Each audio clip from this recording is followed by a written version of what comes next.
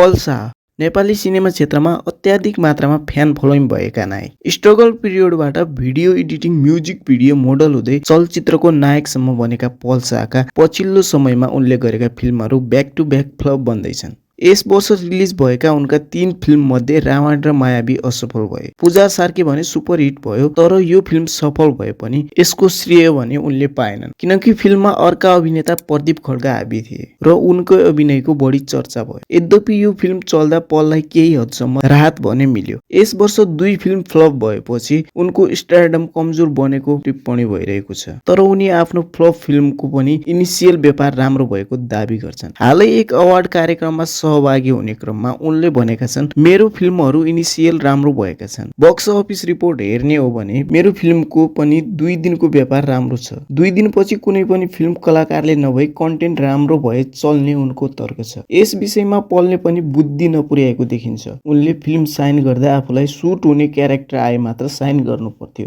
त्यही लापरवाहीले रामायणको नक्कली दारी जुङ्गा भएको क्यारेक्टरले पललाई डुबाउनसम्म डुबायो। उनको निर्देशकसँग पनि गुनासो रहेको देखिन्छ। निर्देशकले कलाकारको कुरा नसुन्दा पनि फिल्म नचल्ने गरेको उनको भनाइ छ। निर्देशकलाई यो गीत राम्रो छैन, अर्को राखौ भन्दा नसुन्ने बानी छ। त्यसले गर्दा फिल्मको पब्लिसिटी पुग्दैन। अहिले फिल्मको प्रचार हुन गीत संगीत अनिवार्य चल्नै पर्छ। पलशाहले यस्तो भन्दै गर्दा उनको फिल्मले पब्लिसिटी नै नपाएको हो त। गीत संगीत सेलेक्सनले धेरै अडियन्सहरू माझ त पुर्याउला, तर फिल्म चल्नको लागि भने कन्टेन्टमै दम हुनुपर्छ। जसकारण पलशाहले अबको समयमा अफर आयो भन्दैमा जे पायो त्यही कन्टेन्ट र क्यारेक्टरमा काम गर्ने हो भने उनको फिल्म करियर यहीँसम्म समाप्त हुन सक्छ। उनले आउँदा फिल्मको कन्टेन्ट र आफूलाई सुहाउँदो क्यारेक्टर गर्ने हो भने अझै फिल्म क्षेत्रमा उनले राम्रो कमब्याक गर्न सक्छन्।